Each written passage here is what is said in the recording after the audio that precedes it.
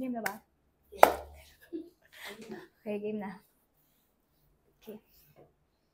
Hi everyone, I am Jana. I have a child named Alonzo who has cerebral palsy. So his case is extrapyramidal hypotonia and spastic. So we found out that Alonzo had cerebral palsy when he was 4 months old. And it was hard on my part. Fast forward is because I became a single mom. It was yung sabay ng challenge of acceptance and at the same time, um, yung feeling na bilang isang nanay, I have to accept everything fully because his own biological father does not accept him. Ang hirap nun. Kasi kung sariling dugo nga hindi tanggap, paano pa ibang tao, right? So that's when I really realized that it's very hard in terms of acceptance, awareness, and having a child with cerebral palsy. It's not easy at all. It's so hard, exhausting. But at the end of the day, Alonzo changed my life. He's a blessing. I learned to be matured, kind. My patience is just longer than ever. And especially to be grateful every day. Like, na-appreciate ko lahat ng maliliit na bagay. And when times gets really tough, like every month kami dati nasa hospital, parang there was times na yun nga na parang bibitaw na ako. Like I would just say, Lord, kung hirap na si Zo, kunin niyo na. Kasi alam ko yung hirap and I could see him in pain, yung pagod. And as a mom, syempre, you wanna take it all in. But then again, in every trouble or challenge that we get, there's always hope in the end. When we found out that Alonzo's lifespan is up to 2 years old lang because of, nakita sa test, sa MRI. And now he's turning 5 in a month now. And ang daming blessings dumating. And, from that roller coaster ride that we had past 3 years, ang daming blessings talaga dumating sa amin ni Zo. First is JNA the label, lumalaki, and nakatulong na rin kami. And then we met JC, my current partner, and the step-up dad of Alonzo. Like, love na love niya talaga si Alonzo. And we are so blessed to have him in our life. And lastly, kayo, ang support system namin. I know this sounds cliche, but Zo and I wouldn't be where we are today without you guys. And that is the reason why I created these shirts. Actually, ang daming hindrance na nangyari na hindi namin natuloy-tuloy itong shirt na to. It's been a talk of a town na kailangan dito sa JNA, sa lahat ng staff ko, and yung mga partners ko dito sa JNA, talagang, statement shirts. And then it was just not pushing through because of certain, I don't know, basta di natutuloy. And eventually, the last couple of months, we've just been receiving signs. Alam mo yung mga signs na binigyan na kami ng machine, ideas, equipment, financial needs, lahat nabigay na eh. Sabi ko, why can't we just start this? And now here it is, launching on July 18. Maybe it's today, if na-post ko today. Yeah, and we created these shirts to show awareness. Dahil ang dami kong nababasa, dami kong naririnig ng mga kwento na sa mall or in public, ang hirap na tanggapin ng mga kids na may ganito, na may CP, Down syndrome, autism, ADHD, all that, part of the spectrum.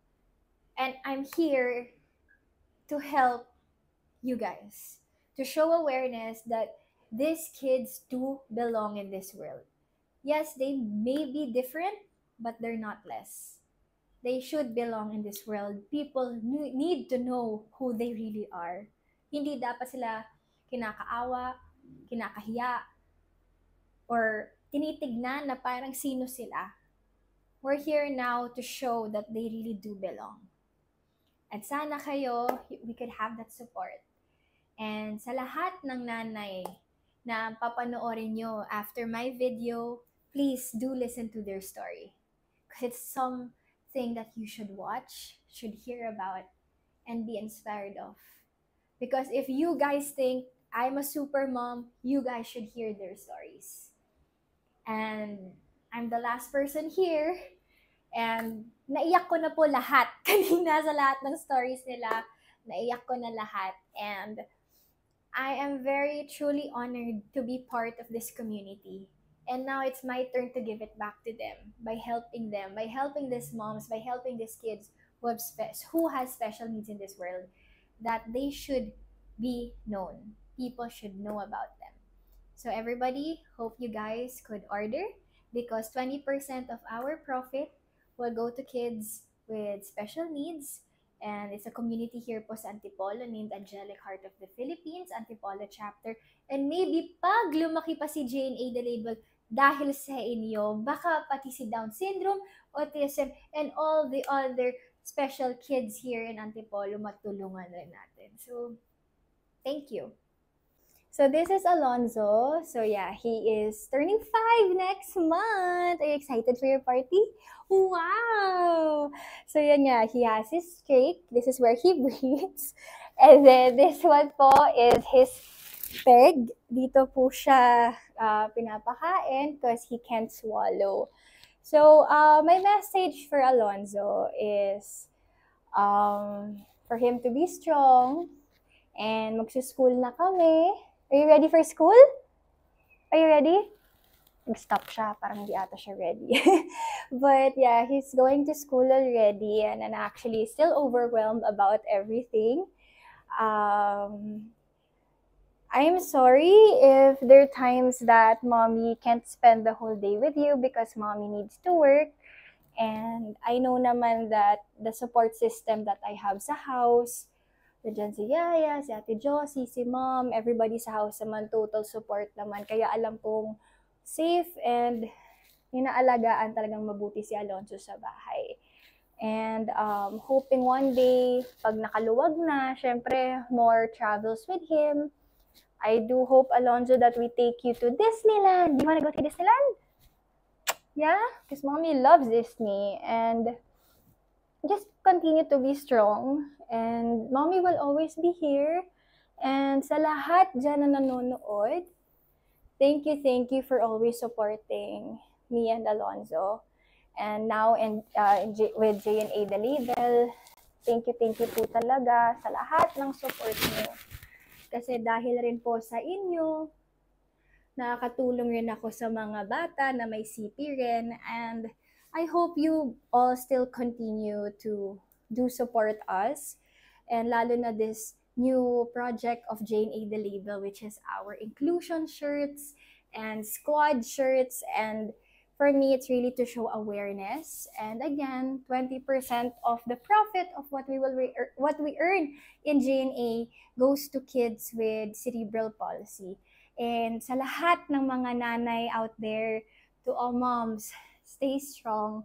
Kaya natin yan. You guys are not alone. Nandito kaming lahat. And yeah, thank you. Sobrang thank you po sa inyong lahat. Hindi lalaki si JNA kung hindi dahil sa inyo. And hoping everybody could support this project kasi somehow it's a way of showing awareness to everybody in the world actually. And kung kaya umabot ang JNA awareness project na to sa buong mundo, why not? So again, guys, thank you so much, and hope you guys could support us.